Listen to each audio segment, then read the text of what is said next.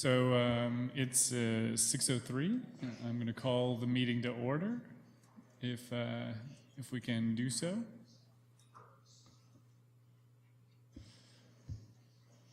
Miss Clerk, do we have quorum? We do.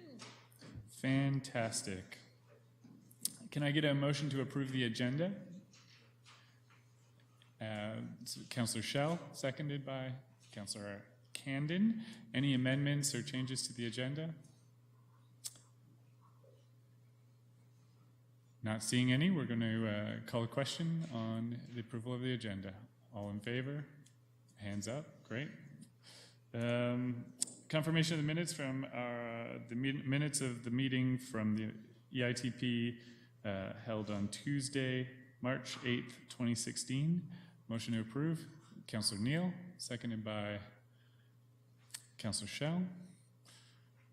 Any omissions, errors, or corrections to be made? Seeing none, I'll call the question on the minutes.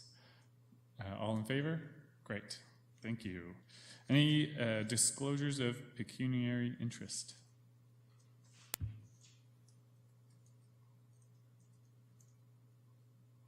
None. Seeing none. Any delegations? Seeing none. Briefings. We have one in a little bit, but we'll get first to business. 7A, Water and Natural Gas Conservation Incentive Programs, and the report and recommendation is here in the agenda, and I think Mr. Sotiel's here and might give us some information on the. Mr. Keach will speak to that. Thank you. So we weren't actually intending on making a presentation in this regard, and just I think a couple of quick comments. At Utilities Kingston Hydro, we believe we've had some extremely successful conservation programs, particularly in the electric side, where we have been recognized by our peers at the provincial level, and we've taken them on into the water, wastewater over the last number of years, again, with I think some very successful programs. And the final area that we want to introduce some programs in is in regards to natural gas, the natural gas utility that the municipality owns. So I think our approach with this is similar to what we've done with some of the others, maybe some initial small steps at the start and hoping to build that further. And the report's before you, and as you said, Mr. Sotiel is here. I'm sure would be happy to respond to any questions that you may have. Great, thank you. Any questions for Councillor Neal? Just a quick question. Every time with both hydro and gas, we always face the harsh reality that our best served area in the city are served by Kingston Utilities, and there are other servers in the area. Whatever we do, whatever action we take, is there any way that we can work collaboratively with Union Gas so that Kingston East and Kingston West can indeed have the same sort of program? It's a good question. Thank you for that. I'll first say that we do work quite collaboratively already with Hydro One's representatives and Union Gas's representatives in the area. We have a good working relationship. We share resources back and forth. In this circumstance for natural gas conservation, the recommendation is actually to match on a per meter cube basis what Union Gas already offers to their commercial customers. So in this case, it's actually the other way around.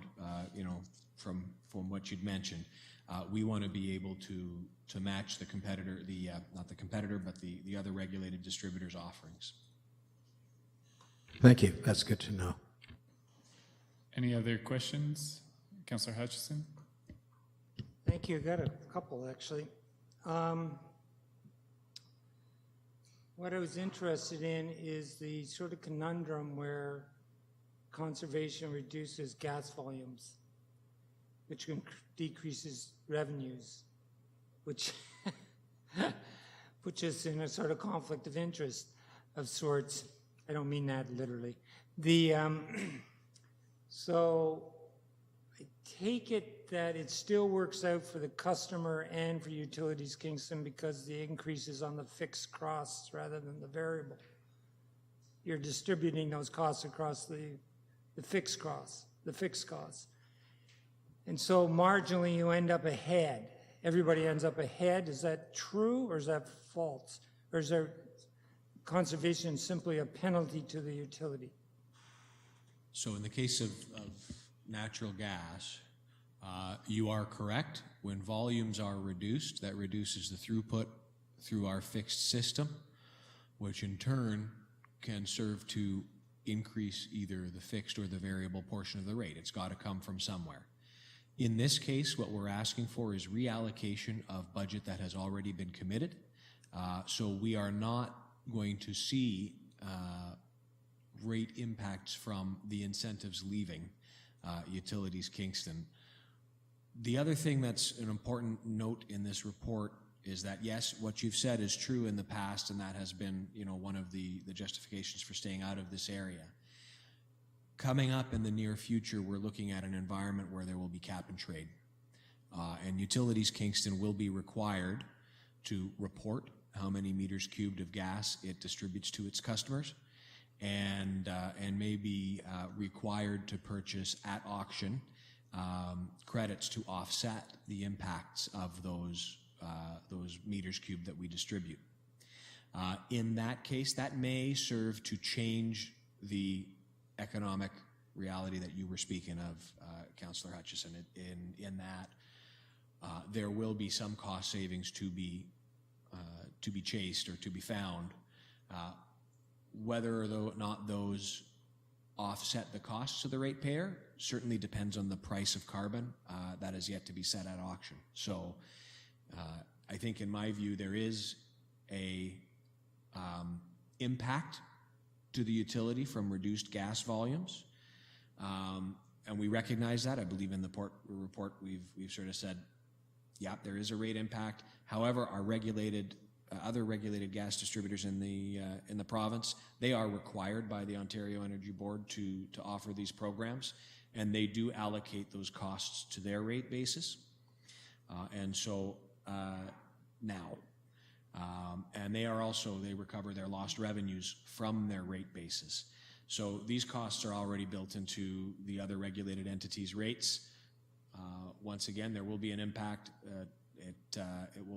We hope that we can learn enough about the actual impacts by running this pilot program that we can have some very good answers and very good numbers when cap and trade does come around. Okay. So thank you for the answer, because my next question was on the cap and trade, okay? But I note it says here, the mechanism for recovery of these costs has not yet been determined. So we are not sure, like, for the customer, for the resident, we're not sure whether this is going to cost them more, because you're going to have to buy those carbon offsets, right? And that's got to come from someplace, and there's only one source. That's the customer. And you're not sure what the effect is on the utility either. So maybe it all works out the same, and so as the price on the natural gas goes up, so people try to use less. So I guess my next question would be, and Mr. Keach can answer anything he wants before this, but is that, what was it now? Why not just raise the price of this stuff? Wouldn't it be simpler? Okay.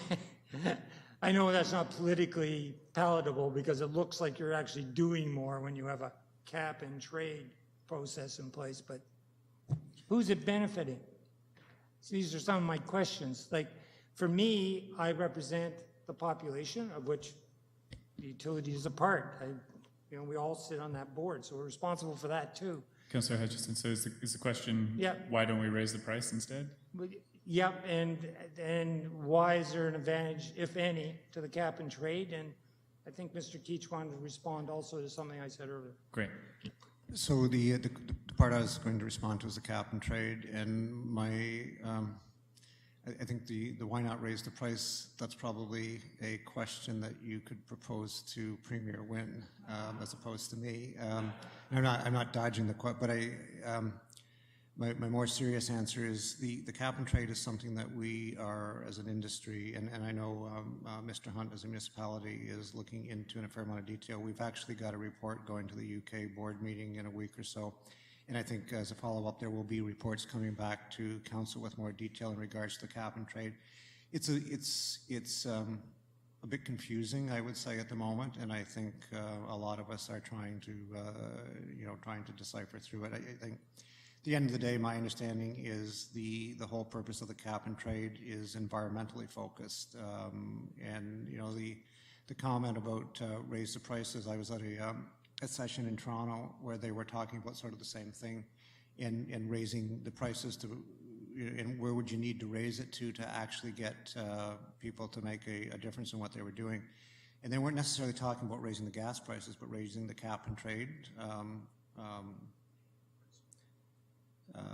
I was going to call it a tax. You're not supposed to call it a tax, but the charge that the cap and trade will put on. And the feeling is to really get to a point where it's just the price doing it. You're doubling or tripling the price of what the gas would actually be. So there are, I think, other means of going about this beside the price, and there's, a lot of it's education and whatnot. And as I said, we will be reporting back, we as in UK and the city, in regards to the impact that this will have, first off, on our gas customers, and then secondly to the municipality and to UK from an operating perspective. Does that answer your question? Okay, great. More later, that's what I got out of that. Also, we have the pilot incentive program for commercial customers. And that looks, your analysis shows that it looks like that will reduce gas usage by 376,000 plus cubic meters, right? And that just rolls into the same problem, I would take it. That use goes down, revenues go down, have to find the price. So the bottom line of all these questions is, where does the customer come out ahead on this or not? And is it just a price of fighting climate change? And I'm not sure you have an answer to that, so if the answer is same as before, that's fine. But the way I find these things is just about the time we're ready to report, people start figuring out, oh, this is what's going to happen to me, okay? And then we have to answer those questions, or at least somewhat. And that's a fair question to ask. I think the answer to your question is the customers who are willing to take advantage of the coaching, support, free energy and water efficiency walkthroughs, where we can potentially even stack electricity, water, and gas incentives together and offer real help to businesses that need to remain competitive and have they employ people in our town, and energy is one of their costs. Those customers who are willing to take advantage of the incentives, yes, they will benefit. The customers that that we are trying to help. The customers who are able to do large-scale, cost-effective gas mitigation measures are going to get some support.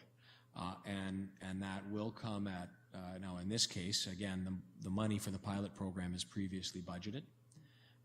We're asking for certainly the policy support to get the incentives out the door. But that group of customers will benefit, that take advantage of the incentives, and that's similar to the water and the electricity customers that benefit right now. Those customers that conserve, in the case of water and electricity, they are helping us buy space on our systems so that we can handle growth without building more stuff. And that's essentially the service that other customers are buying from the businesses or customers that are willing to conserve.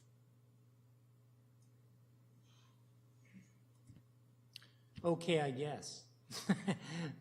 When it comes back, when commercial customers are important, obviously, but the vast majority of our customers are residential, but we're just going to hold the line there for the time being, I take it. There are proposals that have been bandied about by the federal government and the provincial government to introduce various home energy retrofit programs. And I think it's in the best interest of the utility and our customer to wait until we see what those are going to look like before putting investment into a home energy retrofit program out of our own limited gas conservation budget at this time. It'd be really nice to see what's coming down the pipe from the province and the feds and make sure that our offerings for residential customers are coordinated so that we can offer things at a more reasonable cost, take advantage of our multi-utility model. See, conservation in other areas would possibly more be like insulating buildings might be more cost effective to people than actually trying to deal with gas consumption, but cut your consumption by conserving in other conservation measures in other ways. So that, I presume, and you nod, that makes sense. Okay, so I can see that right where we're going. So that's fine. I've got one last technical question. When you say the city gate gas, what does that mean? I think I know, but I'd like to know for sure. Citygate is the name that we use to refer to our connection to the Trans-Canada pipeline system. It's the facility through which we take gas from that system and distribute it to our customers. So the meter at Citygate shows us how much gas all of our customers used that that day, that month, that year. That's what Citygate is. Thank you. Thank you, and Councillor Neal, if you don't mind, I'm going to go to the public first and then come back to you, if that's all right. Anybody else from committee? Anybody from the public? Okay, Mr. Dixon, if you could get your name and address.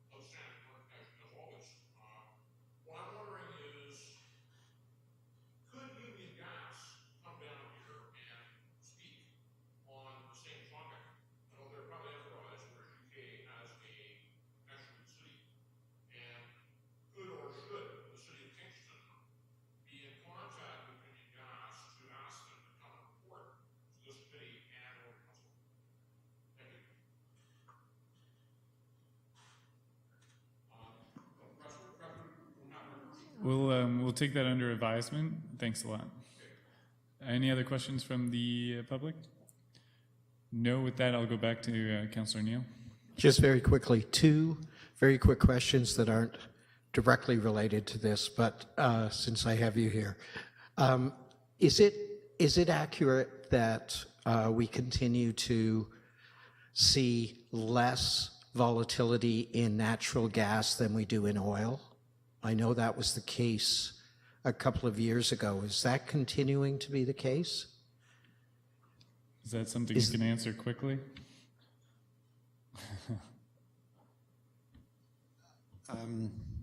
No, but I will say the way we manage the portfolio in Kingston significantly reduces the volatility in natural gas. So one of the things that the UK or the City of Kingston customers, they don't necessarily see the high prices or the low prices for the way that we buy our gas, and that's something that we brought forward to council as a policy decision quite some time ago. So that takes the volatility of the natural gas.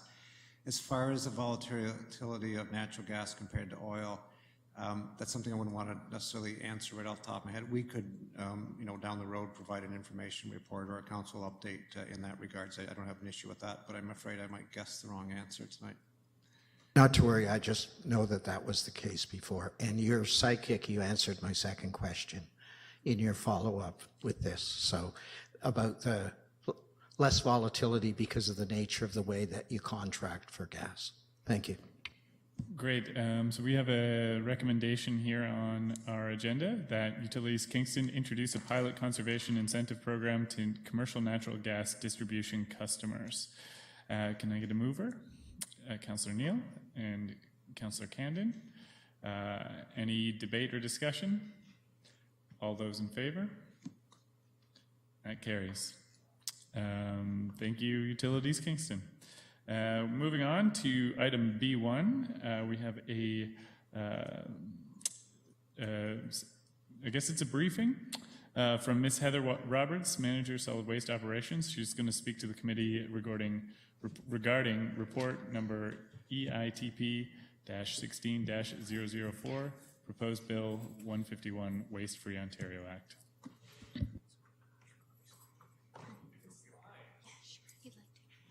So if I could just make a couple of opening comments to the committee before Ms. Roberts starts her presentation.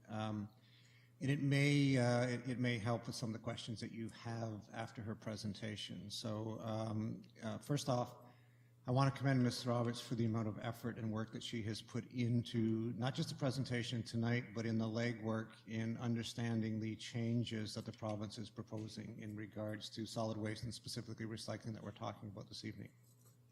So the changes that the province is making, and Heather's going to talk about them in detail, is quite significant.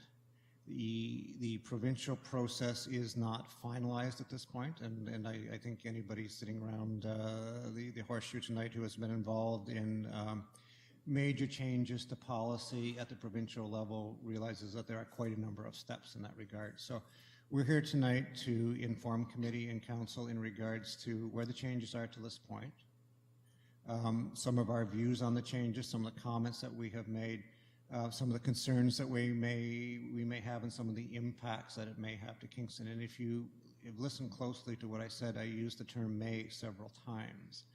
And I'm doing that on purpose because I think as we go through this, you're going to have a number of questions, and that's fair because we have a number of questions. We will not be able to answer definitively your questions this evening because there's a lot of things that's still up in the air. And, you know, we're in a little bit of a dilemma. Do we wait till we know the answers and come forward with where this is going, or do we give committee and council a bit of a heads up as we head into it so you can be prepared? And that's what we're here for this evening. So just a bit of a preamble that probably you're going to have questions that we can't answer, and it by no means it's not because Heather hasn't done her homework. She's put a lot of effort into this. We want you to realize where we're at, you know, ask the questions, and we will keep you informed as we go along. Thank you. Thanks, Joe. I'm just going to okay, that's on. I just wanted to make sure. So good evening, EITP committee members, staff, and members of the public. Tonight's presentation is supplemental to the staff report that's on the agenda under the same name. The report is quite robust. And what I mean by that, it's a nice way to say that it's very long. But it does provide the current waste situation in Kingston, as well as provide a good summary of what is happening with the Waste Free Ontario Act. This presentation tonight is going to provide the key pieces of the legislation being proposed, highlight some of those key policy changes, and also some potential implications for the city. Ontario Regulation 101 is the stage that sets the stage for the diversion programs that the City of Kingston must operate, and the Waste Diversion Act is the existing, controls the standards for the development of the waste diversion programs that we currently have today, and the Waste Diversion Ontario is the current oversight body that oversees the industry funding organizations that collect fees from the producers, and they redistribute those to the municipalities to cover the cost or partial cost of those diversion programs.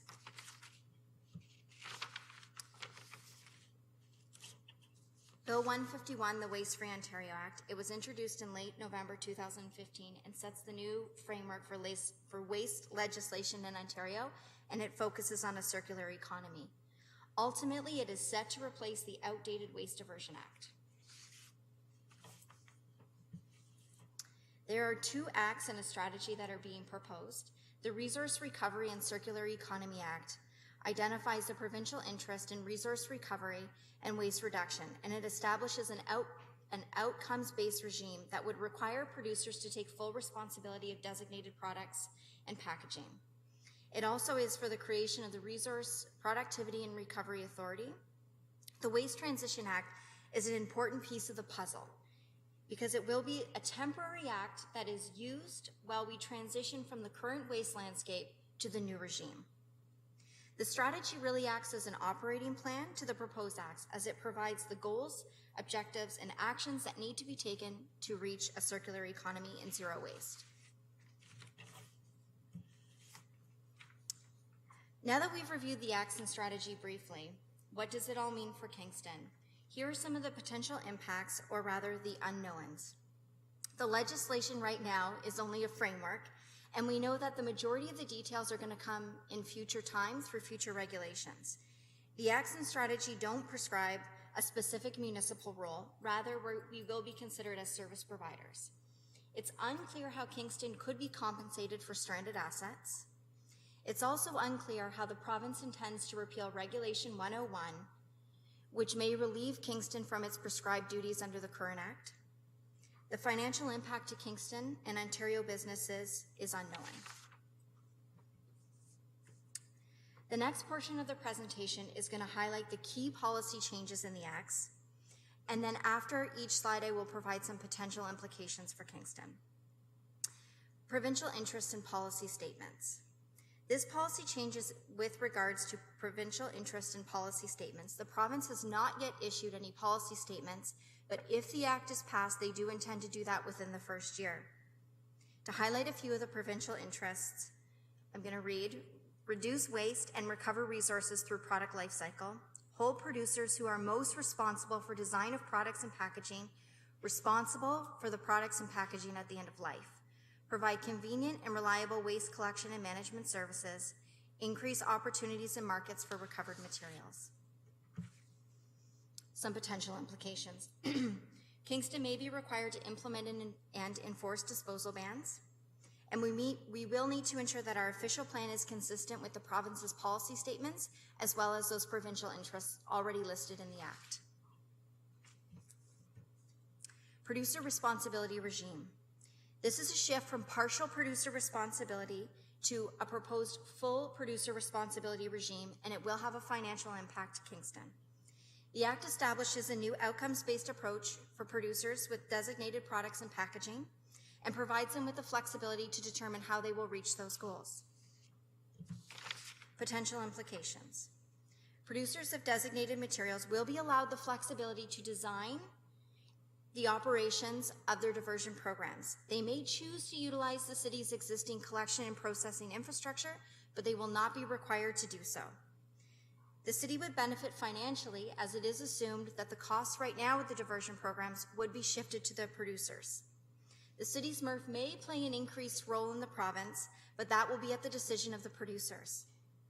There could be fragmentation to the city's current integrated waste management system. The Resource Productivity and Recovery Authority. Under the Act, it proposes to create a new oversight body that would be responsible for overseeing the transition period of where we currently are with waste to the new regime that's being proposed. They will collect data and they will have enhanced powers. Potential implications. Although the Act, as it stands right now, does provide power for the authority to determine financial compensation, it still doesn't provide a clear view of what would happen or how we might be compensated if the producers don't reach their target set by the province. What that means is, how could we maybe be financially compensated for any of those materials that continue to end up in black garbage bags that we will still have responsibility to manage? The Waste Diversion Transition Act is a temporary piece of legislation that will be repealed after Ontario transitions to the new regime. This is an important piece of the puzzle because Ontario and all stakeholders involved need to ensure a consistent flow of service to the public while we move into the new Act and the new operations take over. Potential implications. The city has 2 projects in queue currently, which rely heavily on decisions of this new waste legislation. The first being the Regional MRF study, which will be brought back to committee after the Waste Free Ontario Act is either passed or denied, and the second is Alternative Residual Technologies. A report regarding this matter is on the agenda tonight. The current status of the Waste Free Ontario Act. It passed second reading last week and it's been sent to Social Policy Committee. What's next? We're going to continue to monitor the progress of the Waste Free Ontario Act at the Social Policy Committee. We'll participate in any consultations that come up with parties as requested. And we'll also provide status or updates or recommendations to this committee or to council as needed. Questions or comments? Thank you. Thank you. Any questions or comments for Ms. Roberts? Councillor Hutchison? Are we actually doing questions and comments? Usually it's just questions. We'll go with questions. Sorry. Okay, I don't mind. Okay, so I just want to be clear on this, which is clearly not clear. Okay. The producers, which I think is a really good thing, are going to be responsible for their own waste. We've been asking for this for, what, 15 years? The whole time I've been on council anyway, it was 10. So which I think is really a great step forward, if in fact, as you said, they are going to be held accountable for all the costs, right? Otherwise, we're going to end up picking up the pieces at the end where they haven't done what they have been charged to do. And there's no way, you're nodding, so I'm presuming, I'm saying this because I want you either to nod or shake your head the other way so that I know I haven't got it right or I have got it right. So those are the biggest gaps in the proposed acts as they stand now, that we don't know if they're going to be held financially responsible, and we don't know what we're going to be responsible for. And it's going to become even more important that we know what people are putting into the waste stream. So we're going to have to continue to work on that, which I presume, because I'll be honest, the first thing I thought of was clear bags. Okay? Because people will put this stuff in, and then we'll be responsible for it, and no one will be paying us for it, which doesn't sound, well, doesn't sound like the way it's saying it's going to work. Is there any of that wrong? So I think your question is, how are we dealing with that and making sure that our opinion is put across to the right people? I see you're doing that, but go ahead. So our report does recognize that there's still a lot of work to be done on this proposed legislation. And one of the recommendations in the report, which I know there might be questions afterwards, but since it's been posed already, I'll take a stab at it. What we've done in the report is Exhibit A is a long list of comments, considerations, and recommendations that we have for the province that we think that they need to continue to consider as they go through consultation of this act and clear changes that need to be made. We've also voiced our opinion through organizations like the Association of Municipalities of Ontario, Municipal Waste Association, and the Regional Public Works Commissioners of Ontario. So we've already recognized some of those things. And one of the points or one of the implications that I added into my presentation was we may be required to enforce disposal bans. So one of the policy statements, just for an example, and I don't want to speculate, but the province could come up with a policy statement or a target that, for example, 85% of the aluminum food and beverage containers have to be recovered. And that would be the producer's responsibility. And I'm just using that as an example. And the producers would have to decide, because they are now given full responsibility, how they're going to meet that target.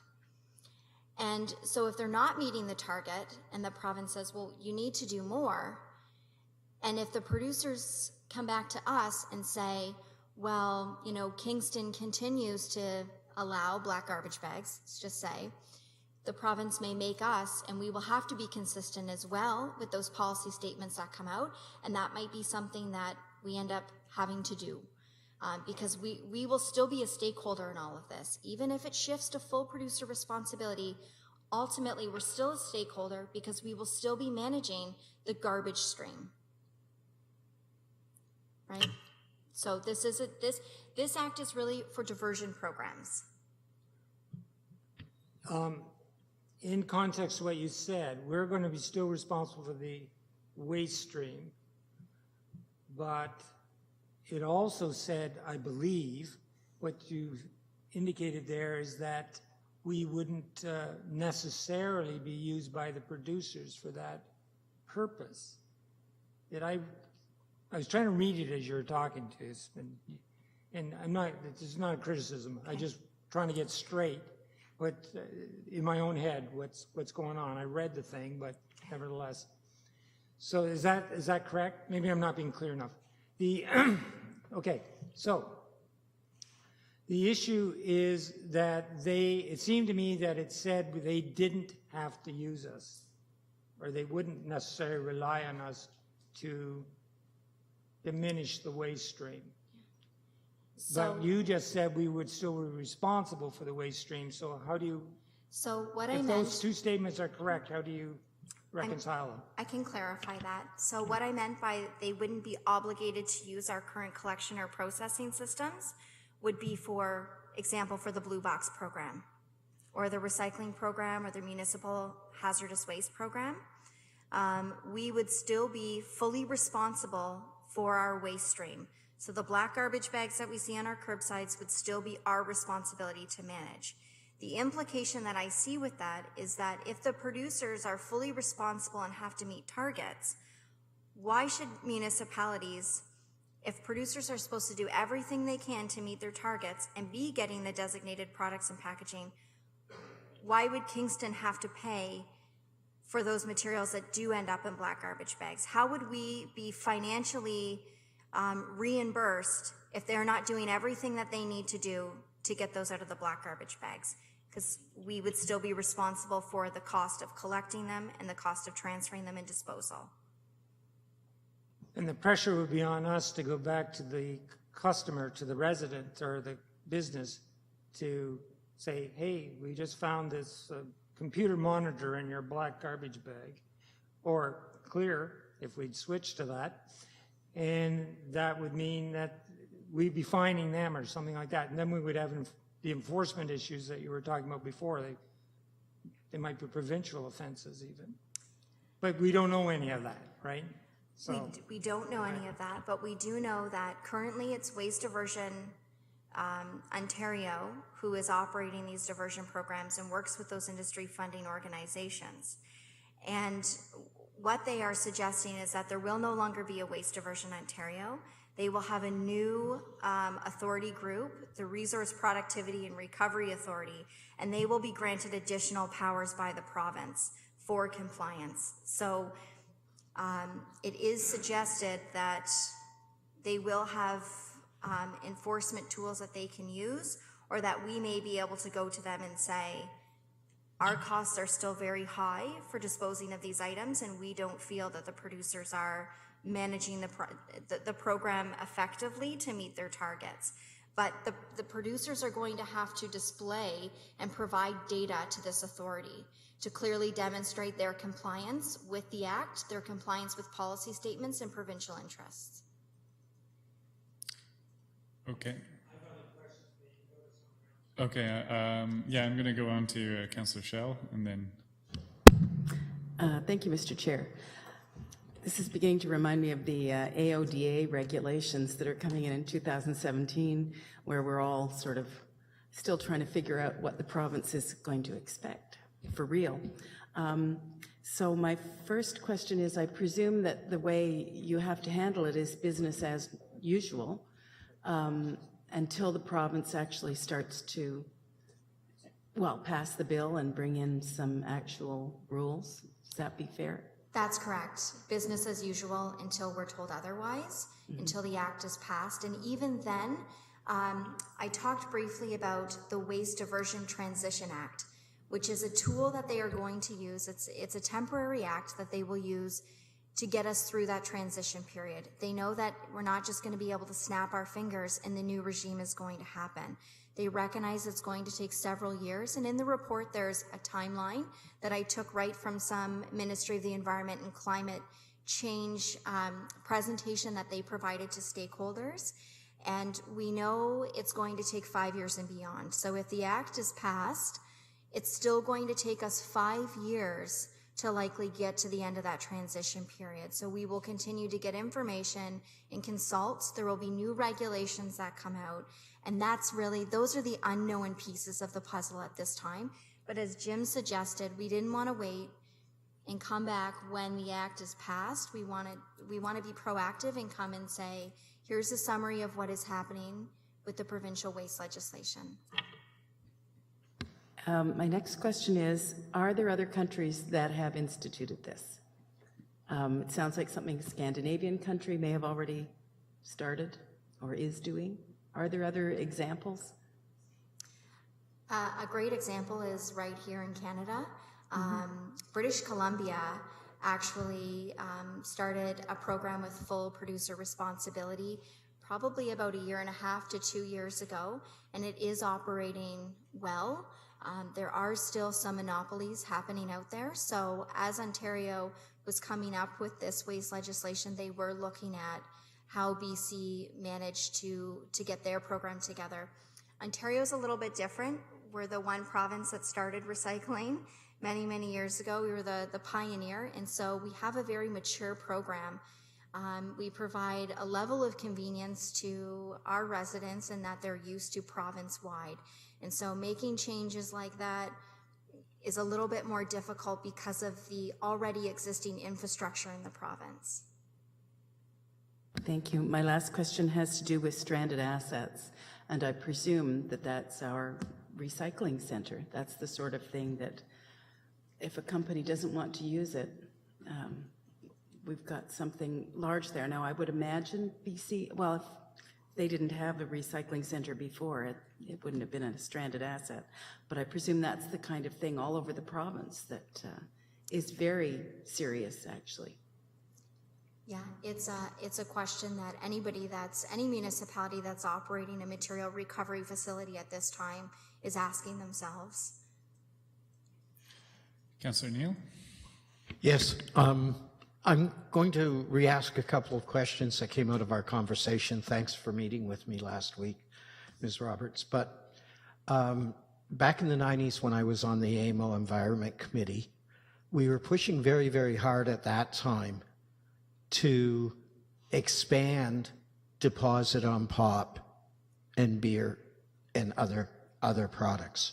Unfortunately, the producers bought totally into helping partially subsidize the blue box system instead. And I know from my travels to all other states and provinces that have extensive deposit on pop cans and other things, there seems to be a really positive response to that. BC is one, where they have several locations for depositing automatically, getting money back for pop cans and other things.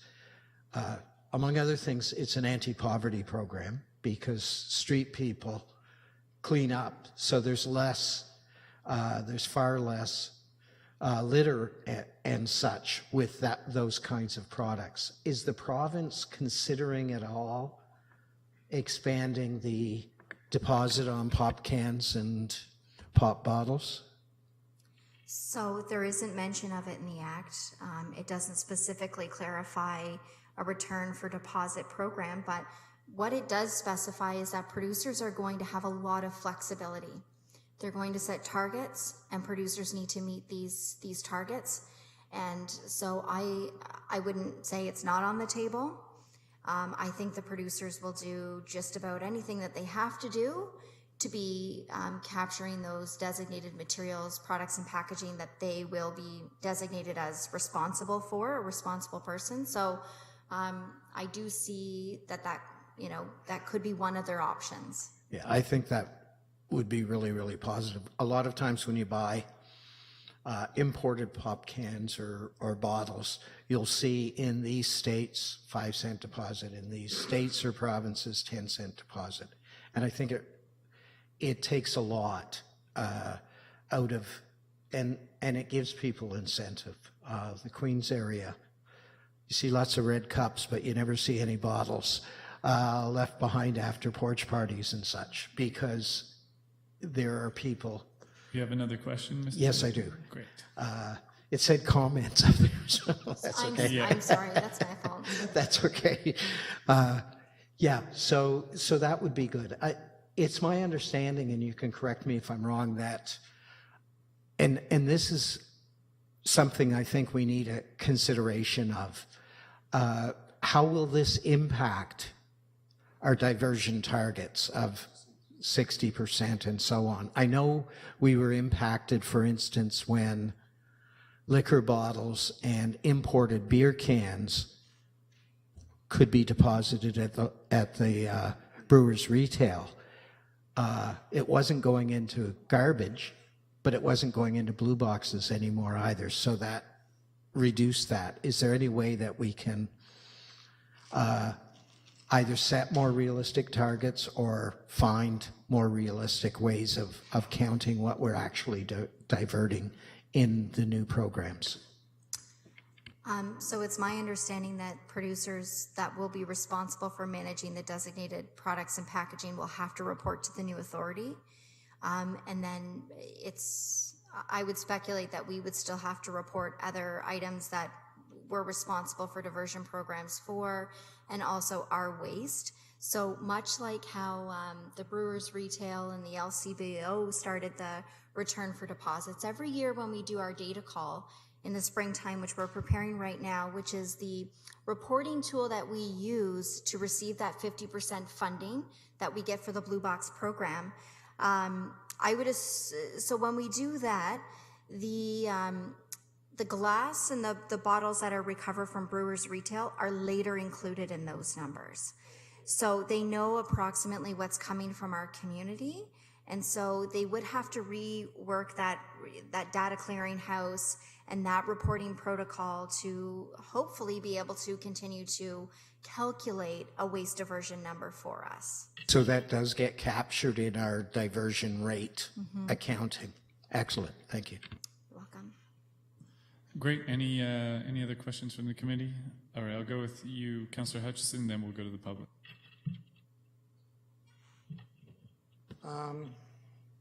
Just tracking back up here. I have a couple of questions. They have to do with the system as it exists now, which you report on here. And I just want to be clear about them because we're probably going to be asked questions about why, right? So in the report, it states, I just want to be clear about some of these things, states that our waste diversion programs only capture about 15% by weight, Ontario's waste stream. And that I'm presuming that includes the ICI, the institutional, commercial, industrial component, because it's heavier, and we know we don't capture as much. So, for instance, we're about 55% now, right? And residential diversion. So it's on page 7 of 23, that's where the statement is. And it's talking about basically in the context of the stagnation in diversion rates. And so I'm just trying to, somebody asked me, I want to be able to say, we got to do this because what we're doing now isn't working, and it isn't working well enough. And there are efficiencies and climate change aspects. You see where I'm coming from? So I'm trying to get this straight. Go ahead. So that 15%,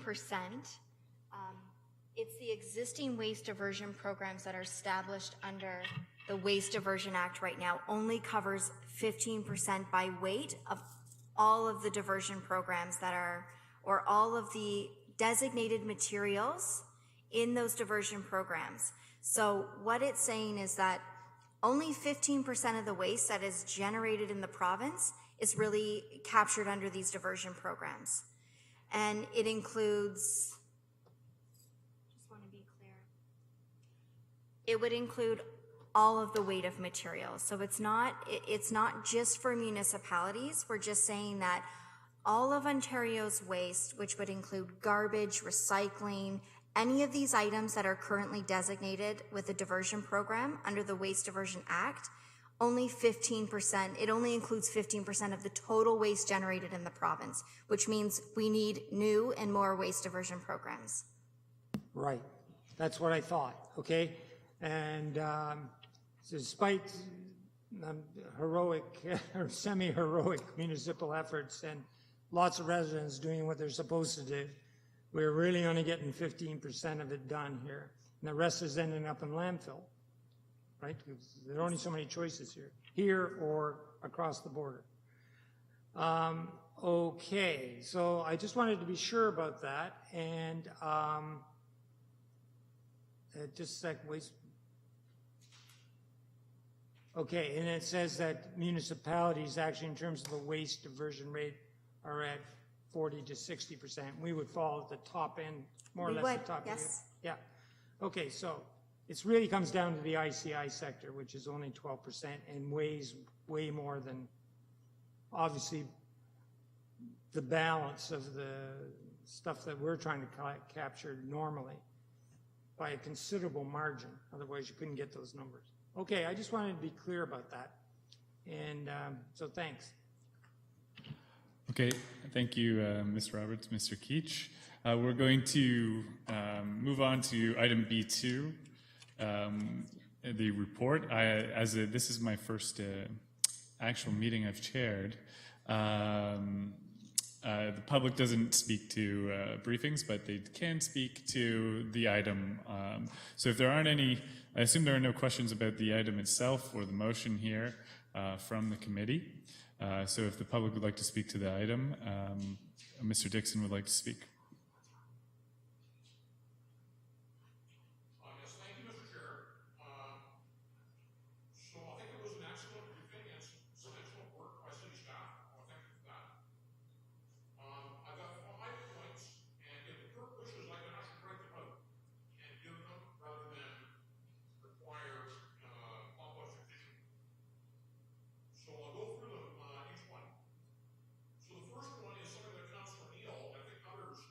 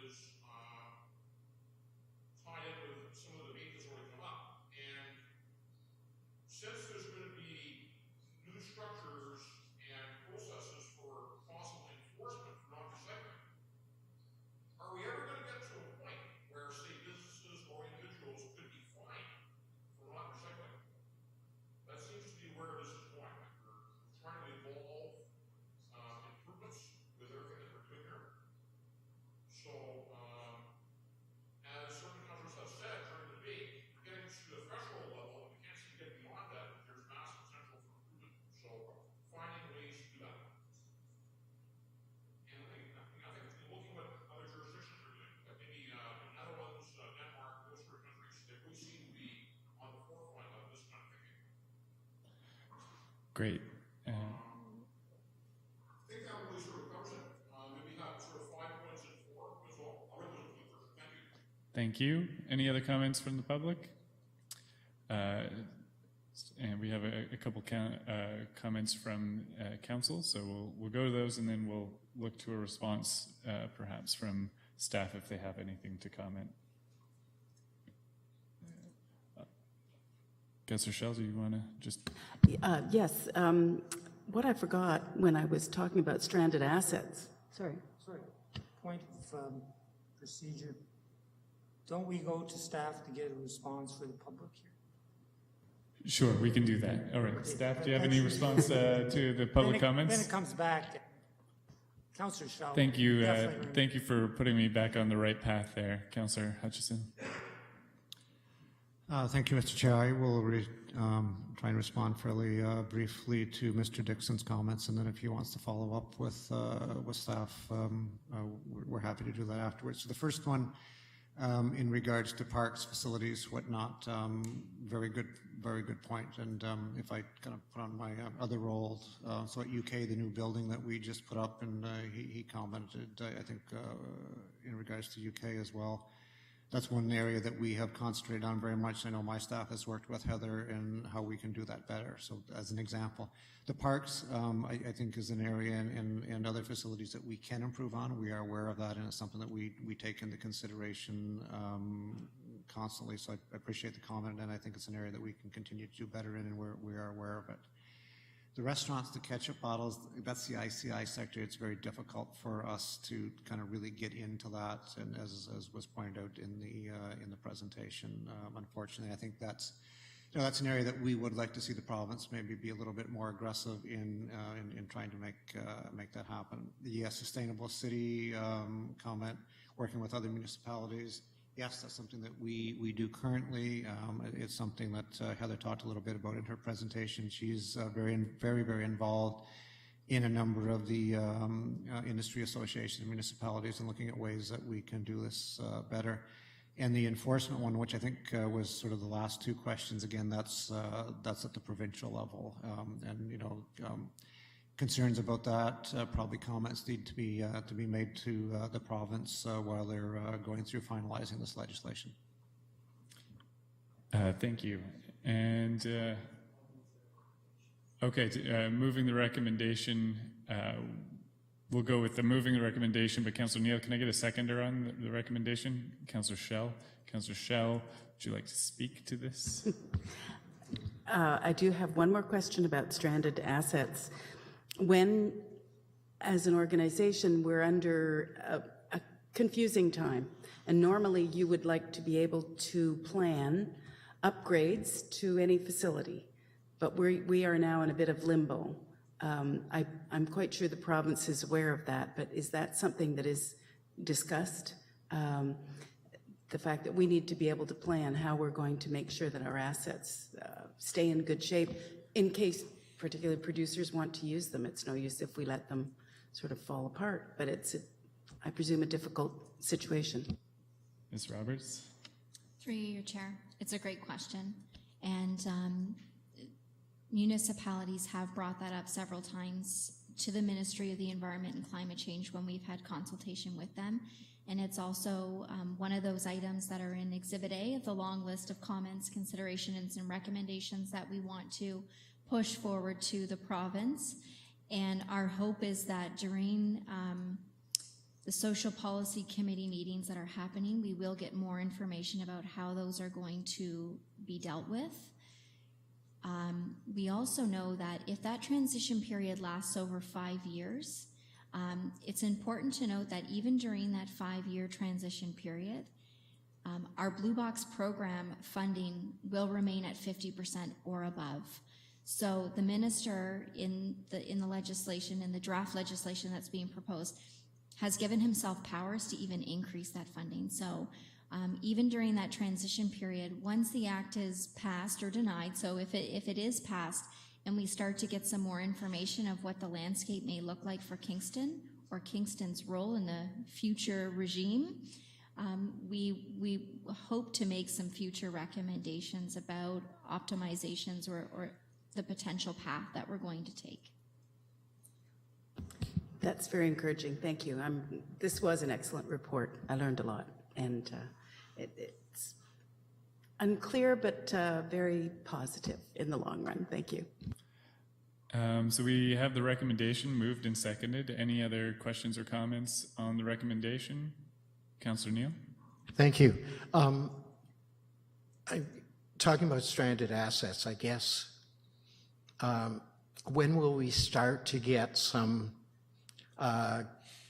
greater clarity on where the province is going? Because I know that we're probably in the need for, in the next couple of years, recycling, new recycling trucks. I know, correct me if I'm wrong, but our contract with our outside and for Kingston East, Kingston West, does that go to 2020? Yeah, so do we have any kind of an out clause if the province fast tracks this and it alters the way that we need to gather recyclables in particular? Ms. Roberts? I would need to review the contract to say for certain, but that's something I could follow up on. Because it could end up being an unsecured liability at some point. So, Mr. Keach? If I could add to that, the discussion about stranded assets is an interesting one, and I think you've touched on something that probably is not considered. So when you talk stranded assets, the first thing is the plant. But then you've got vehicles, you've got equipment, and you've got contracts, and I think all of that would have to be factored into that question. The other comment that I would make, having probably dealt with provincial policy longer than most people around the table here, this stuff tends to move slower than faster. And, you know, with the work that Heather has done, as we look at new contracts, those types of things, you can be guaranteed that there will be all sorts of provisions for this built into them as we go forward. thank you. And I want to thank Frank for jogging my memory about the idea of having more extensive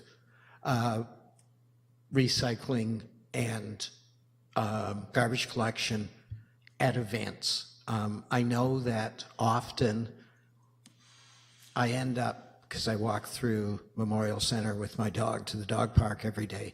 If there's a weekend event, I often have to send Public Works a little nudge email because the garbage bins are overflowing. There are no recycle bins except inside the Memorial Center.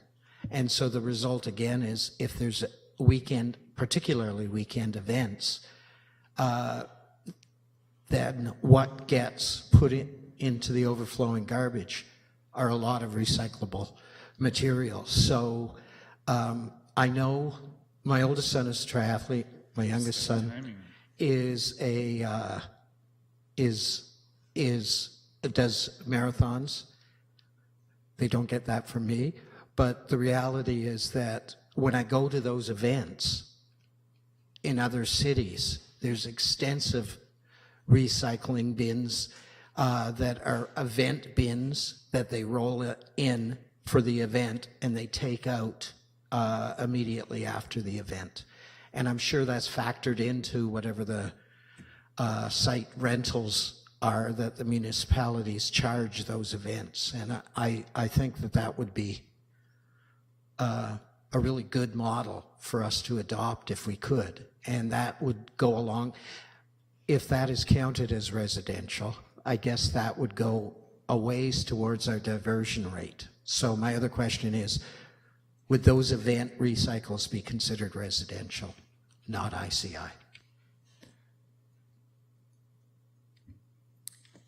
It's a really fine line.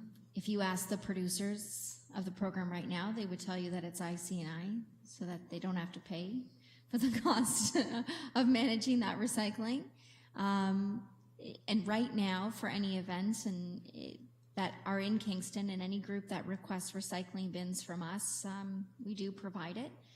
And when it comes to the Kingston Area Recycling Center, we put it in the scale and it's counted as residential. It's a very small portion.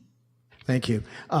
It might be good if we actually had a program rather than leaving it up to the event organizers to request. If we said to K-Town, you want to rent and operate K-Town, this is the charge for recycling and garbage bins that will be picked up at the end of the event. So that is a conversation that I'll have with the, Public Works, which is easy for me to do, and also with the Parks and Rec group as well. It's the point here tonight has been well taken. Thank you. Thank you very much. Councillor Neal? Sorry, Councillor Hutchison. I bet he has another question, though. Okay, no. I just want, just looking at, I'm sure even your description indicated that it's sort of fraught. There's issues where we could get really skewered here in the gaps and the gray areas. And one of them was you were saying that we would continue to get paid the 50% for the Blue Box program. But it seems to me that in the report you indicated the municipalities had never got that money, all of that money. So there's a separation between, I don't know if it's I presume it's legislated and what actually happens. Is that apprehension correct? Ms. Roberts? The Waste Diversion Act prescribes that producers of designated products and packaging in the current legislation are responsible to provide 50% of the Blue Box funding back to municipalities. That includes collection, processing, maintenance activities, fleet, everything to operate those programs. But what we have found since the original act was enacted in 2002 is that municipalities have never really been compensated that full 50%. The producers have managed to get out of part of their obligation. And so in the report, I also provide details on the recent arbitration that happened between Ontario municipalities and Stewardship Ontario, so Stewardship Ontario is the industry funding organization responsible for collecting the fees from the producers and distributing those to municipalities. And part of the reason is they do see some inefficiencies in municipal programs, and they put a cap basically on what they are going to pay out to municipalities, even though our costs are rising. And so that comment about the 50% funding in the report that says that we've never actually received it, we've really had to stay on top of continuing to get that funding. But my other comment about during the transition period we would get 50% is that even during that transition period, if we wanted to proceed with upgrades to our recycling program, it would still be funded at that 50% or more, depending if the minister decides to, during the transition period, say that the producers have to pay more money to us. Okay, so it's contingent on the minister, right? And, okay, so I think you just established what I was saying, and thank you for the detail. We appreciate it. And I should say thank you for the report. It's a really good report. Is this your first report? No? Because I know it's a low number, though. But that was great, and it was also great to see Mr. Keach here with you. That's good leadership. I have a question about 5, 6, 7, 8, sort of to do with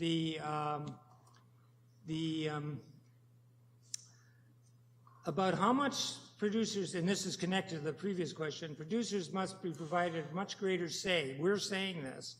The city acknowledges that with increasing producer responsibility, they must greater say, and that produce about how their products and packages are managed in many cases. So I started reading the rest of it, looking for the take back on that statement, because I personally would be very reluctant to give them too much say. for just the reason you just gave, that they put a cap, I'm sure, that is not allowed under legislation, or shouldn't be, on how much they paid, they're going to be looking for ways, any number of them, to get out from under the responsibilities under this. So I think municipalities should take the position, you know, a little precaution goes a long way before we say things like they must be provided a greater say. A greater say, sure, but then we should say, what are the limits? And you sort of do by saying, tell us what municipalities are going to be responsible for. And then I guess the quid pro quo is, then we'll tell you what we think the producers should be doing, because there's going to be a gap there. Is that sort of the thinking? You're just being sort of positive and circumspect in a positive way, and you're well aware of the gaps and problems that might occur in this transition. Would that be correct? It is correct, and we are trying to be positive collectively as municipalities, because we've been complaining for a number of years that the program is not set up properly. So the province, recognizing the flaws of the current setup of the Waste Diversion Act and Waste Diversion Ontario, it is saying these acts are going to be completely terminated, and this new act, the Resource Recovery and Circular Economy Act, is going to be the new act. And so if that act is saying that it's going to be full producer responsibility, municipalities feel that if they are going to be fully responsible for the costs and fully responsible for managing these programs, then they have to be given that flexibility, because one of the flaws right now is that they're not given flexibility. So that's why we come into this conflict between municipalities and those producers, because they're saying, well, you're telling us we have to pay 50%, but we have absolutely no say in what is happening. So I agree with you that we need more details and we need to be cautious, but overall, one of the flaws of the current program is that they don't have control, and so this program, they don't really see it as a positive program currently. Okay, good, thanks. That was good. Oh, one last thing. What are the producers saying about this act, these acts? Do you know? I mean, I'm not asking you to be overly political, but just make it like it was reporting. What are they saying? Because their position would tell us a lot about where this is possibly going. So it's hearsay, but the hearsay is that many of the producers are welcoming this legislation. Thank you. Any additional debate, comments to make before we call the question? I just also wanted to thank Ms. Roberts for this report. It is a very detailed report on a very unclear subject, and we appreciate having that information up front, because I think this is going to be a messy discussion as it goes forward over the next many years. So with that, we have a recommendation in front of you. I won't read it out, but I'll call the question on it. All in favor? That carries.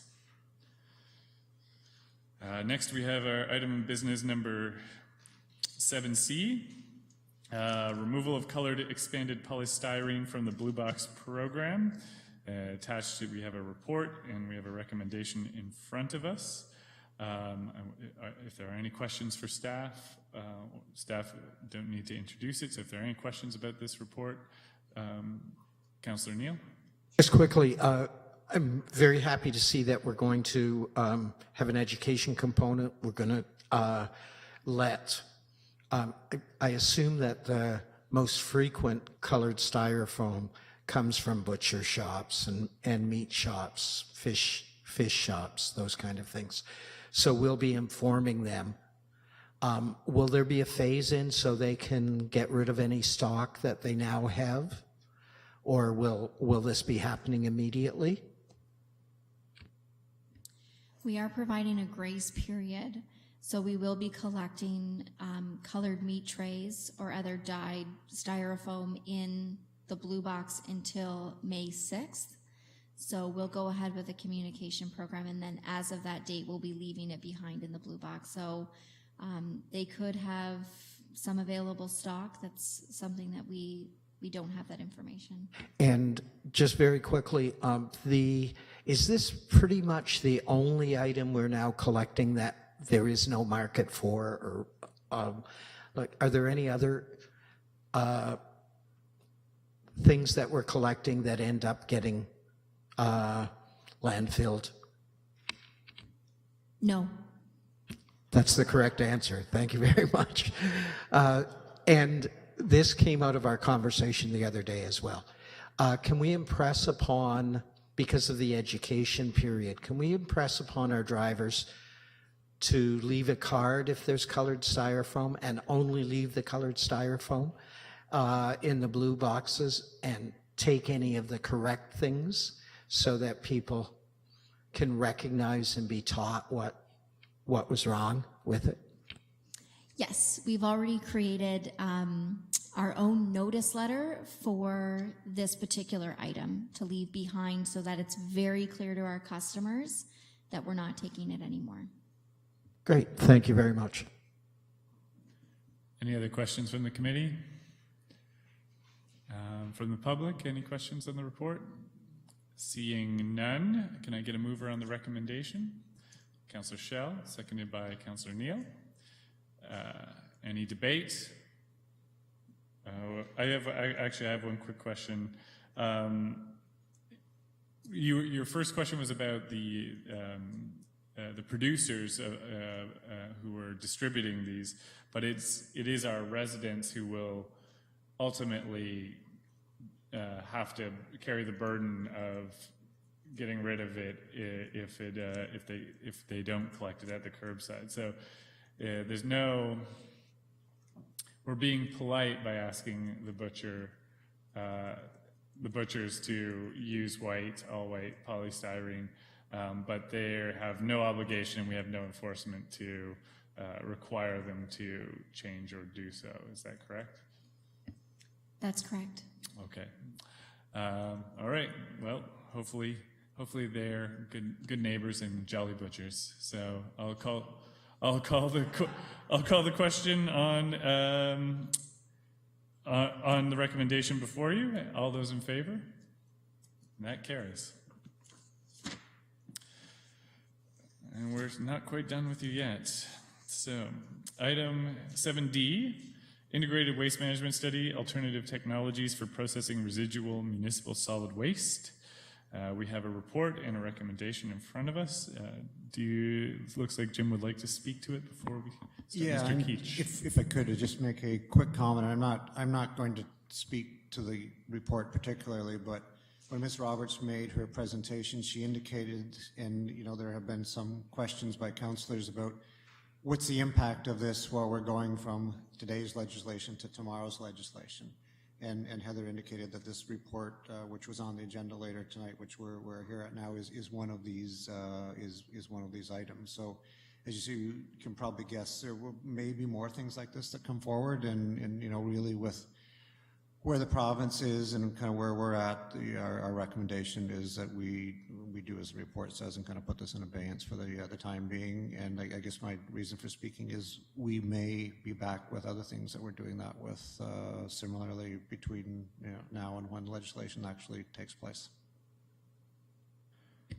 Great. Any questions on the recommendation or report? Can I get a mover? Councillor Hutchison, Councillor Candon is seconding that. Any debate? Comments? So I'll call the question. All those in favor? And that carries. And I think that's it for solid waste. All right, moving on to item 7E, terms of reference for request for proposals for the active transportation master plan. Mr. Van Buren, would you like to share with us some information? Yes, just maybe a very quick preface to the committee considering the report and the terms of reference in front of them this evening.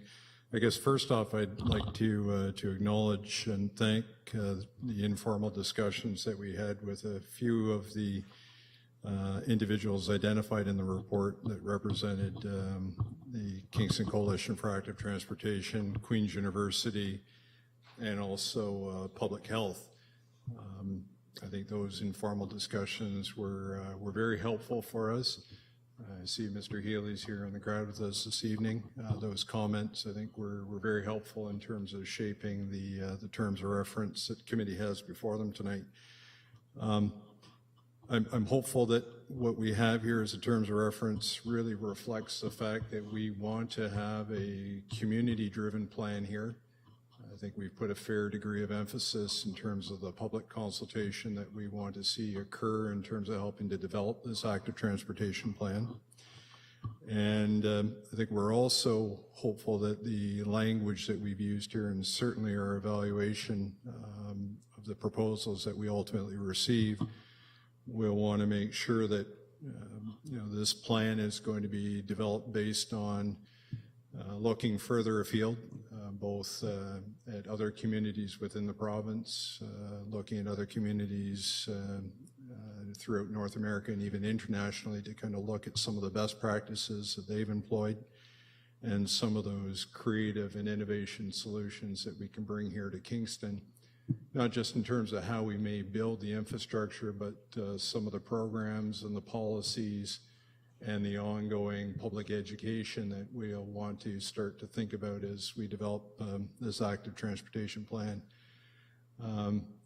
And I think it's worth bearing in mind that the last time this community looked at developing a comprehensive plan related to active transportation, and it wasn't even called active transportation, was back in 2003 with the cycling and pathways study. So here we are 13 years down the road, and I think this is probably going to be a very worthwhile endeavor for the community that we can, like I said earlier, develop a community-driven plan. So with that, I have Ms. Green here with me tonight. We're more than willing to answer any questions. Great. This report's for information purposes, so if you have any questions about the report, we have experts here to help answer those questions. Councillor Schell. Thank you, Mr. Chair, or Vice Chair, yes. In terms of bicycle paths, and there isn't really a direction here, but the whole idea of the off-road bicycle paths, such as is on King Street West now, there's one short one, you're not directing a consultant to look at that, but I take it that would be part of the package when we discuss bikes. We're not directing anyone to a certain conclusion, but it asks basically family-friendly and bike expert-friendly bike trails. Is that fair? Ms. Green? Through you, Mr. Chair. The study will be very comprehensive and look at all different types of cycling facilities, including what you just mentioned on King Street. So one of the first things that the consultant would be asked to do is take an assessment of what we already have out there, and then look at standards in Ontario, throughout Canada, throughout the world with respect to what are successful AT systems, including cycling routes and pathways and pedestrian facilities. So we want this to be an all-encompassing active transportation system and integrate it with transit as well and transportation demand management measures. So at this point, we wouldn't rule out any type of facility. We would just say that they will be looking at anything and everything and integrating that with what we have and looking to the future for what we could install. So that would presume that we will be hiring a consultant who has this huge range of abilities, that it wouldn't be someone that's just worked on sort of speed routes for bicycles or career routes, that we're headed for something that's all-encompassing. Yes, absolutely. We certainly would be asking for a consultant who has had extensive experience already building this type of active type of transportation plan, not just focused on a certain type of cyclist. Councillor Hutchison? Thank you. Let me just say that this proposed plan is, I thought, was incredibly complete. Like to see what other people think. And I like the emphasis on connectivity and linkages, and also an understandable emphasis on how it links up with our current capital expenditure proposals that staff are working on. So I've got a few technical things just so I understand what we're doing. Under evaluation of proposals, it says an evaluation team includes City of Kingston staff, includes City of Kingston staff who review all proposals. I was just wondering who else would be involved in that.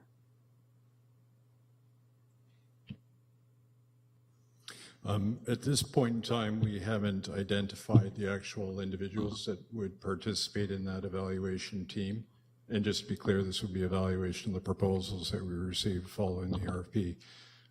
But suffice it to say, it'll certainly include members from the engineering staff.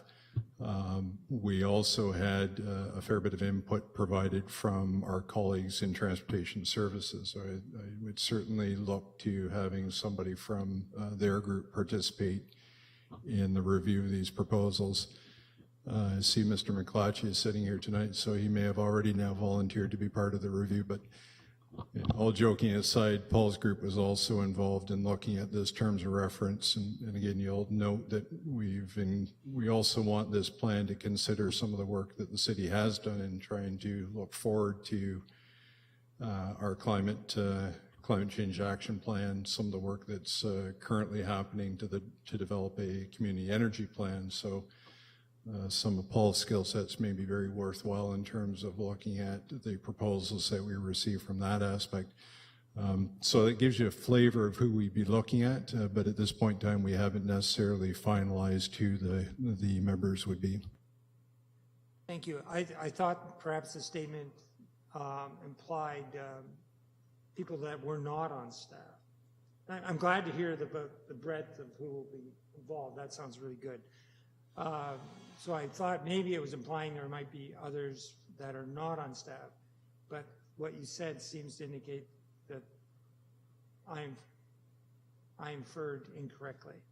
So can you just tell me if that's true, or are we thinking we need a consultant or some public members or anything else like that? I think at this point in time, we would consider the evaluation team to be made up solely of city staff members. And that's fine with me. I just wondered where I was going. There's another one under the project requirements. I got a question. Oops, hang on. The question disappeared because it went to 127%. So, hang on. Lost the, shoot, sorry. Would you like me to go to Councillor Neal and come back to you, Councillor Hutchison? If you just give me a couple of seconds, I think I can find it. Okay, no problem. I'm just trolling for the questions. Unfortunately, paper would be better in these circumstances, frankly. So there's a statement under there which says project is to be completed in accordance with the master plan section of the requirements within the municipal class EA.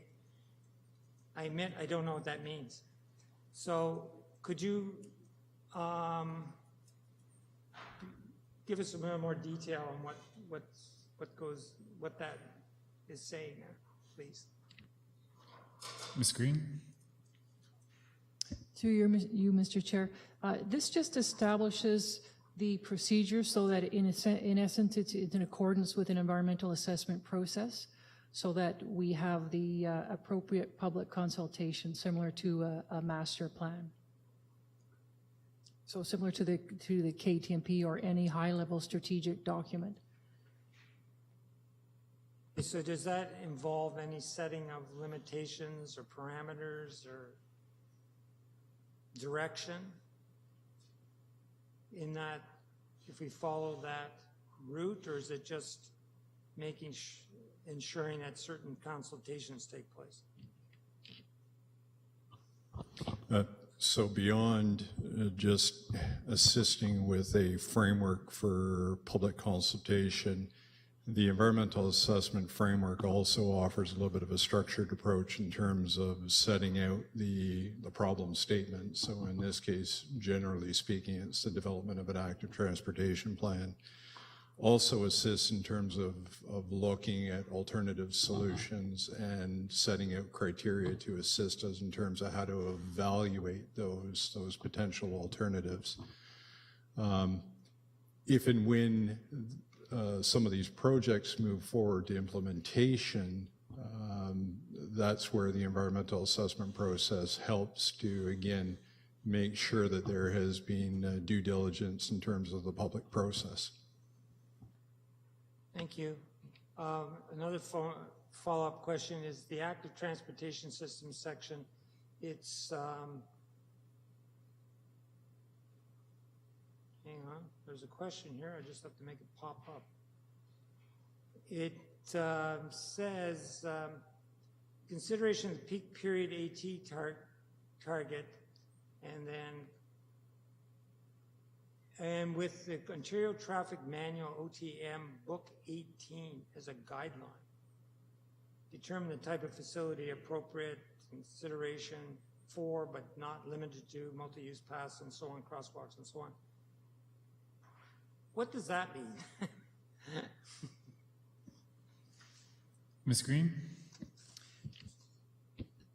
So the peak period target, I'll address that. So that's the 20% that we're striving for over the next 20 years for our active transportation target. And what we're saying with respect to Ontario Traffic Manual Book 18, this is a series of books that are produced by the Ministry of Transportation Ontario.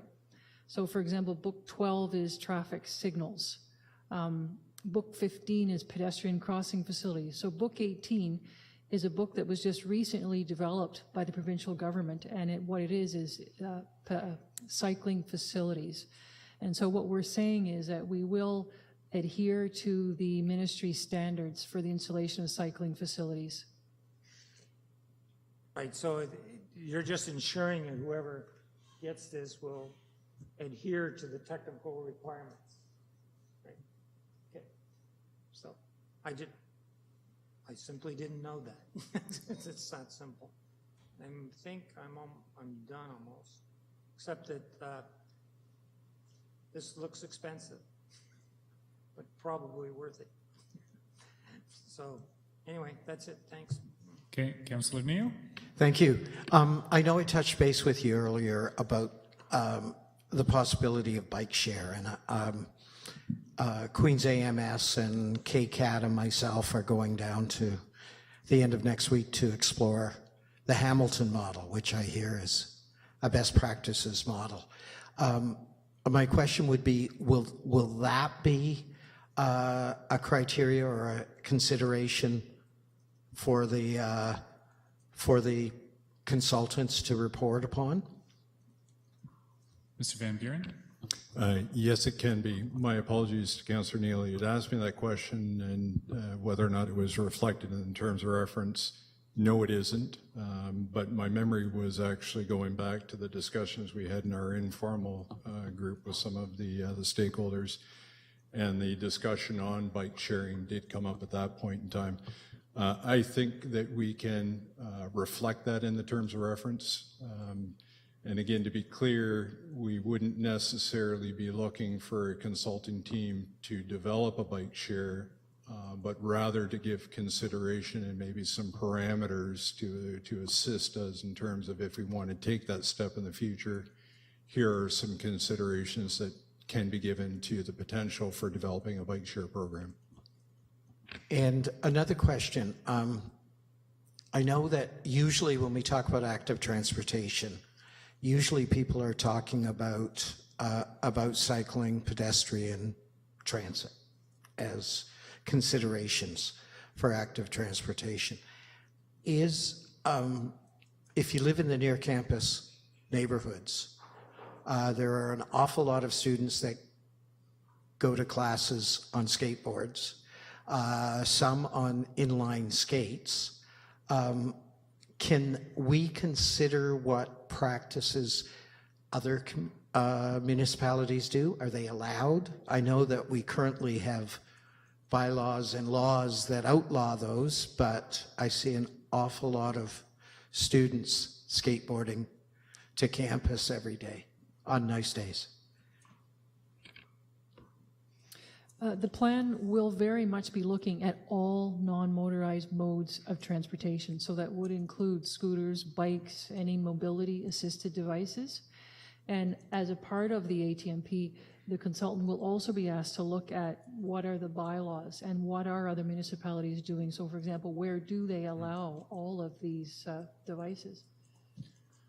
And my final question is, I know that there's a specific timeline and this is going to be a very detailed report that comes back to us, but in no way, I would assume, will this preclude other initiatives in the area of active transportation happening while this report is being gathered.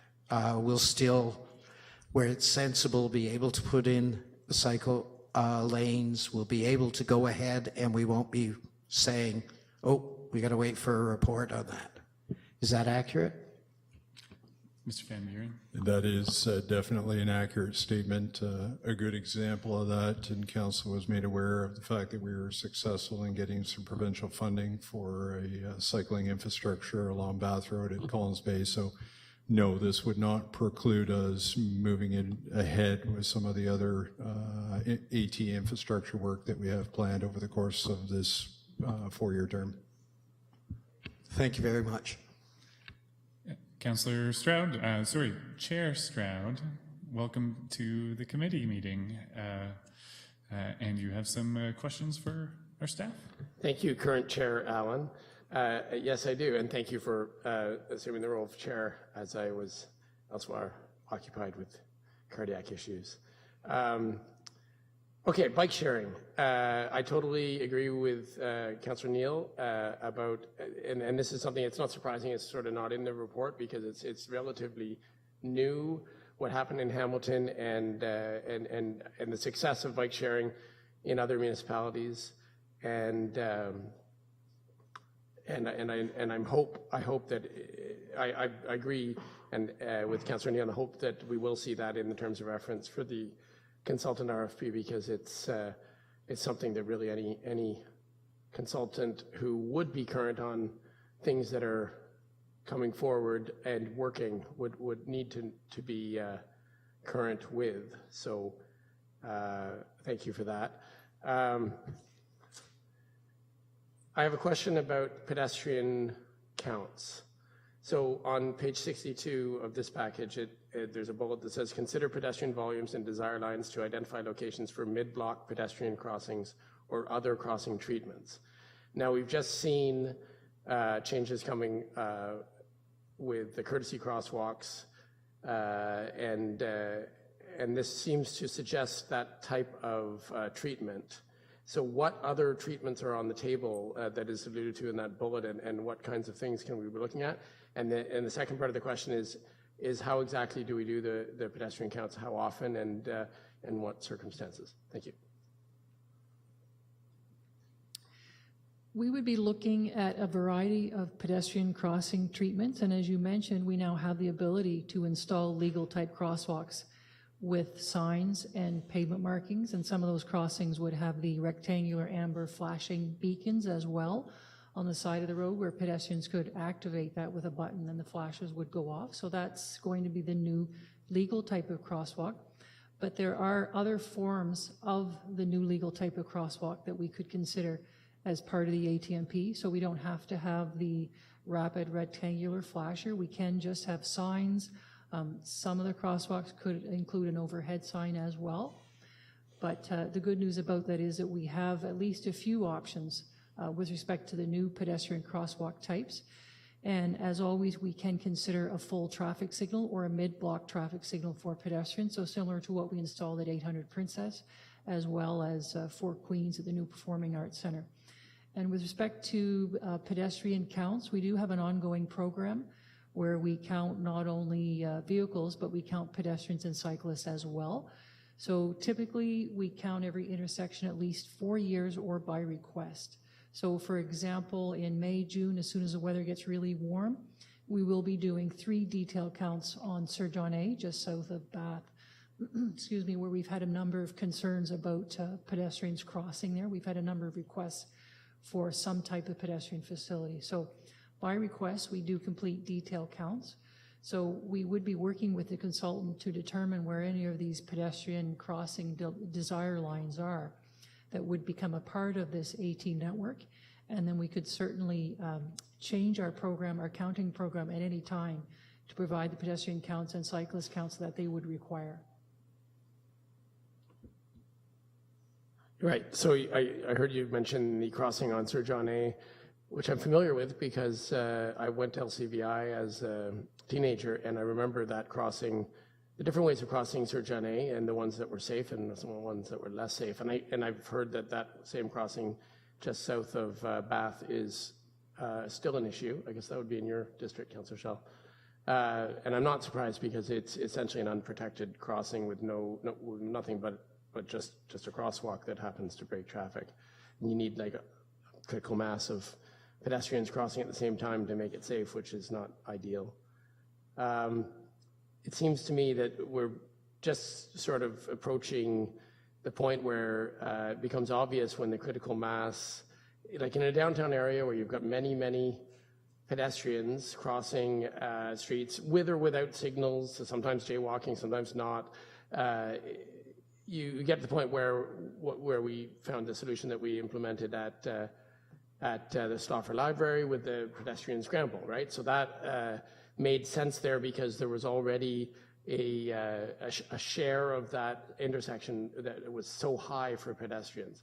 And I think that there probably are other intersections in Kingston that are similar to that, but I'm wondering whether we're counting whether it's trending up, where the pedestrians are, and how to deal with it, because that sort of came from council as a one-off motion, and really that kind of treatment of an intersection where you're basically giving a 1/3 share of the crossing at all times to an all pedestrian phase is really just a sharing of the intersection. It seems to me. Your question? Yes, it seems to me that should be that should be part of the active transportation treatment, how to have accurate pedestrian counts in places where the pedestrian numbers are trending upwards in relation to vehicles, such as we saw happen in Toronto in many intersections. So I'm wondering how exactly we're going to approach that in our proposal, in our terms of reference.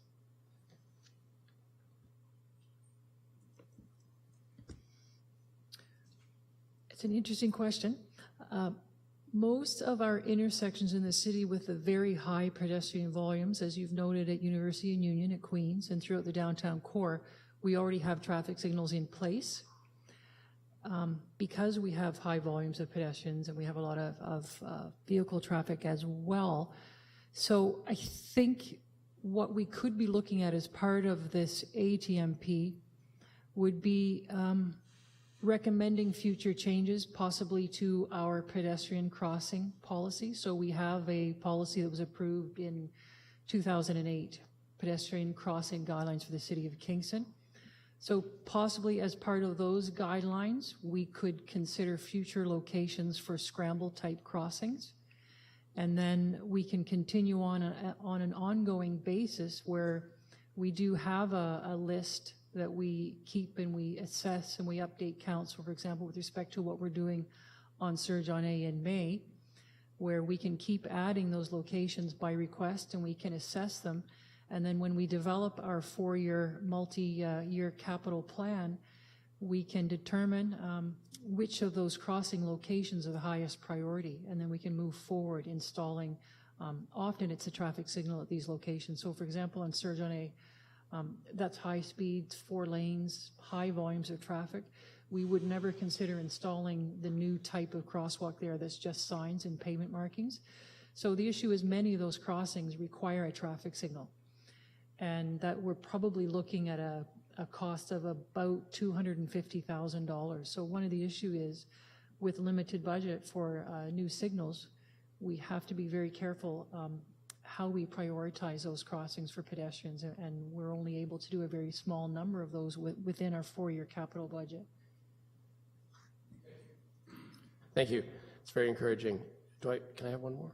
You can have one more. Okay, so this one is about what we already made reference to when Councillor Neal mentioned skateboards, because in the report it talks about, all in the same line, e-bikes, scooters, and skateboards, and you addressed that. You said different types of mobility devices. If we're talking about the active transportation master plan, though, it would seem to me that it's human-powered vehicles that would be active transportation, and electric-powered vehicles are more like any type of vehicle. I know that bicycles are considered both active transportation and a vehicle under the Highway Traffic Act, and I'm assuming that that's the same with electric scooters and electric bikes. But I'm not sure that's the case with skateboards and rollerblades and those wave boards or whatever those called. You know, the various kinds of active wheeled devices that are used only by human power. And I'm wondering if there's a differentiation at all in the request for proposal, or it's all lumped together as it seems to be in the report. We haven't differentiated, but the e-bikes you mentioned, as long as they're traveling less than 32 kilometers per hour, then they can use cycling facilities. And municipalities have chosen their own bylaws with respect to where they permit those types of vehicles even. So as part of this plan, we would be working with a consultant to determine where we would allow skateboards and rollerblades, that maybe they would or would not be permitted in cycling lanes, but it's something that we would have to look at as part of the plan. Thank you. Any further questions, Councillor Neal? Just quickly, I know a couple of years ago, we passed a motion through EITP and Council to adopt I forget exactly what we called it, best practice or state of good repair policy for cycle lanes. I'm assuming that will be a consideration within the report, and that we'll get some kind of analysis of how successful that policy that we've already adopted is. Mr. Van Buren? Yes, that particular policy is actually referenced in the city resources that would be available to the consulting teams that will propose on this. Definitely we'll want to make sure that some of the aspects of that policy that we considered back at that point in time are going to be built into this active transportation plan. It's going to be very important, the operation and the maintenance considerations that we're going to have to give to the system we're going to build. And again, I think I heard the correct answer last time I asked this similar question. As far as pedestrian crosswalks, with the new provincial allowances coming forward for municipalities, that's something that we can look into appropriately sooner rather than later. We won't need to hold off on establishing those in consideration of the active transportation master plan.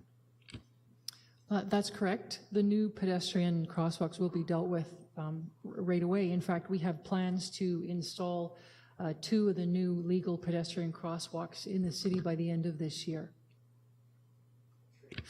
Thank you. And the other thing, finally, I promise this is my last question. I know that many of the signalized intersections have the chirping for sight impaired people. Will that be standard policy in any new or upgraded installations of signals?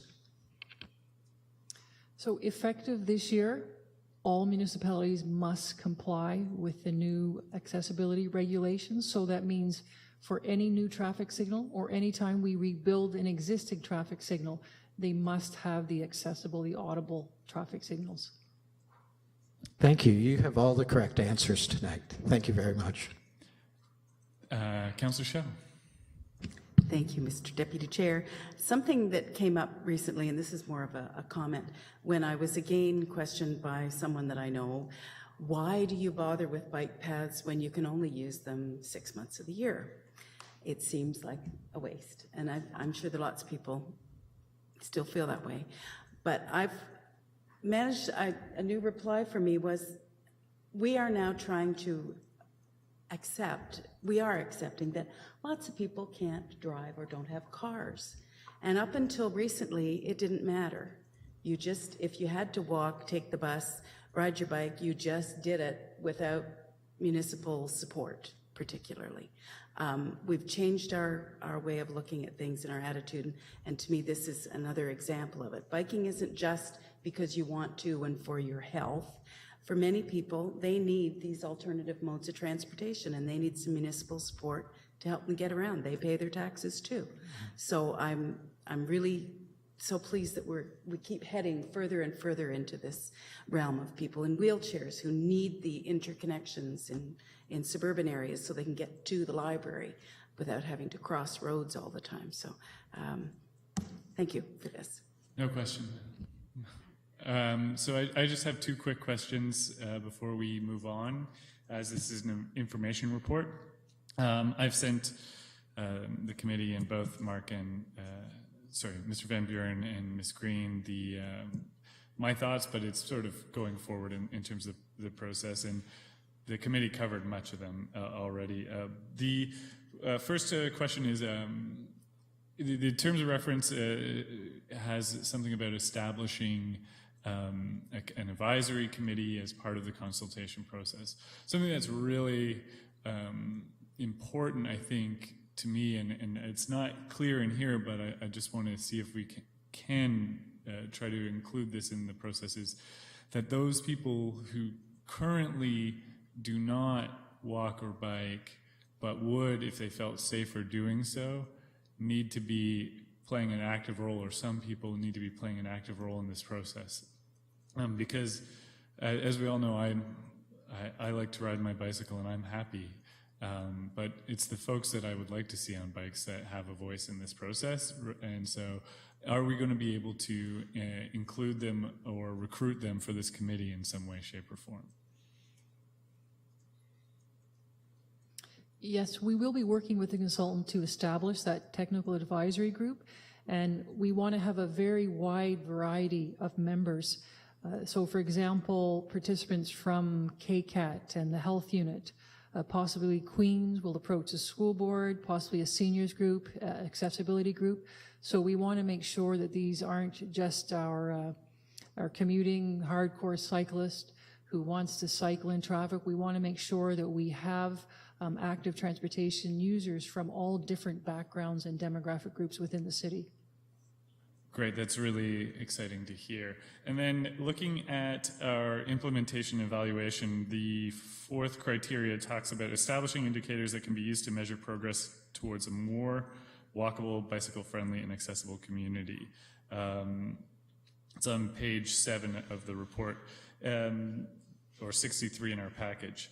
And I'm wondering what sort of smart city, like are we asking for smart city type monitoring and evaluation type things through this, or are we looking for other forms of indicators? I guess I'm just wondering if there's going to be a framework for evaluating if we've gone forward with a project in this master plan and it needs to be tweaked or taken out and put somewhere else, that we're going to have some sort of evidence-based data gathering. You spoke that we do counts by request or every 4 years at certain intersections, so I'm wondering if we might automate that somehow, or might ask our consultants for those kinds of data gathering recommendations so that we can make better or improve our decision making going forward.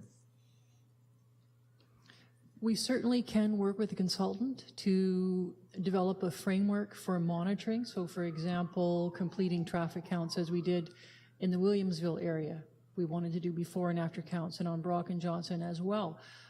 Another way that we're going to know if this program is successful is through our household travel surveys, which we will be completing every 5 years. So we will be starting an update to that in 2017, and that's going to show us if there's been any shift since the last detailed household travel survey was completed in 2008. And then we would expect over time, because we have 20 years to hit that target of 20%, and so we hope to see some growth and some change of getting people out of their vehicles and using active modes of transportation as well as transit. We do hope and expect to see those numbers shift over time over the next 20 years. Thank you. So this report is information only, so we don't take comments from the public, but I appreciate having a chance to comment on it and see it going forward. As Councillor Hutchison said, it's looks fairly comprehensive, and hopefully some of our comments can be taken into account during selection. So we're going to move on to our last piece of business, which is item F, report received from Kingston Environmental Advisory Forum, the Keefe Working Group Terms of Reference. And so I don't know if Mr. McClatchy has anything to share with us about this, or... Through you, Mr. Chair, just very briefly, the Kingston Environmental Advisory Forum undertook a series of steps to get them to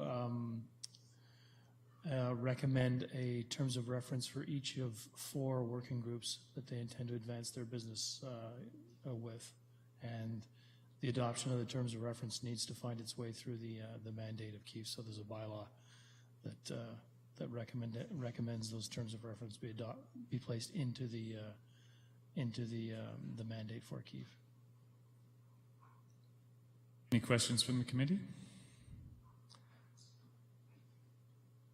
Councillor I just Hutchison. want to say I thought it looked good. Okay. Thank you. Well, with that, then, can I get a mover on the recommendation? Councillor Neal, seconded by Councillor Candon, and no comments. All those in favor? And that carries. Where's my agenda? So we have no motions. Any notice of motion? No other other business? Oh, Councillor Hutchison. I think it's appropriate to bring this up here. I was wondering if we could get an abeyance list, since we haven't seen one in the last while. And I believe I know there's at least one item in there that's been hanging out for years. Okay. See if it's still there. Thanks. All right, the committee clerk. Sorry, I didn't hear the question. He's looking for an abeyance list, so things that are in progress.